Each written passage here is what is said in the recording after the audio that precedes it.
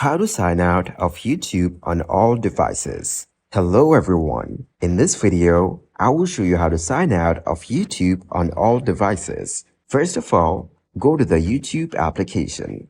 After that, on the right bottom side, you will see the profile icon. Just simply tap the icon. Now, you will see the Google account option over the top. Tap the Google account option. Now, as you can see, there are multiple options displayed, but you need to tap the security button. Now, you will see a bunch of options available.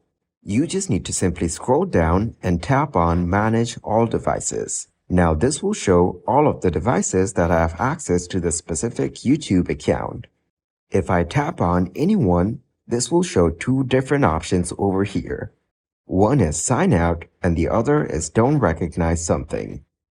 If you want to sign out of the device, all you have to do is simply tap on that device and tap the sign out option. After that, the device will be signed out.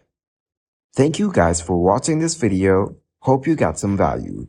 Make sure to like the video and subscribe to the channel to get notified of new videos. See you in the next one.